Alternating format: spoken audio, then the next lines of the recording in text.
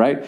So I go on stage, and I'm up there. My shit's, for the most part, is working. And at one point, I'm doing some stupid bit, and I'm using, like, American sports references.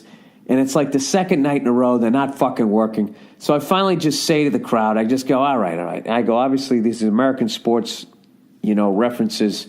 You guys don't know what I'm talking about, or you don't give a fuck. I go, I was trying to talk about a great player. So I go, so who's your best football/soccer player? Who's like, the greatest of all time? And this guy in the crowd said, Will Griggs. And I was like, who, Will Grigg? And they're like, no, Will Griggs. I go, fine, Will Griggs. And then they all cheered, right? And I was like, all right, now I got the right guy. So I continue doing my bits, and anytime I need a sports pick, I'm throwing out Will Griggs, right?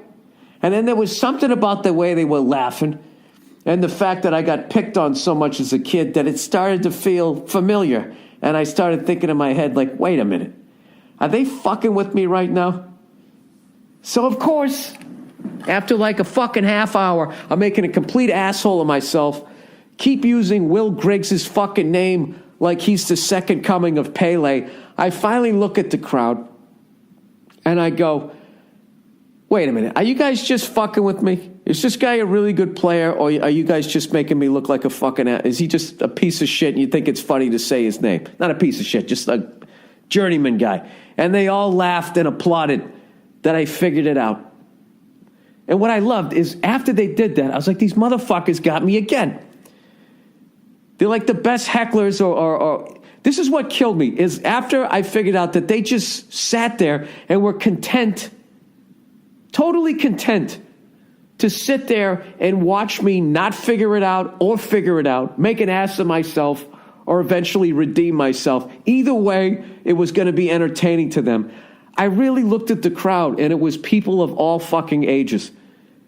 I'm telling you, the Irish sense of humor, man. It's every time I fucking go over there. I told you the last time I went over there, I'm just going like, oh yeah, I didn't come from a touchy-feely family. My parents, my mother wasn't a big hugger, never really hugged me, blah, blah, blah. I was working to something else.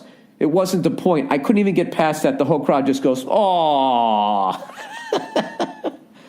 I know these are old stories, but I got to give you a refresher just so you understand what happens to me every time I go over there. And then also, I remember I was giving out free autographed DVDs because I wanted them to play them for their friends, so hopefully I would draw more people. And I'm literally at the end of my act. Thank you so much for coming out. I brought some DVDs. I autographed them. They're free. Please just take one, blah, blah. And I'm in the middle of just saying I'm giving you a free fucking DVD that I lugged over there from the other side of the world. I'm in the middle of it, and this guy in the back, I just hear this guy go, oh, fuck off. I don't know.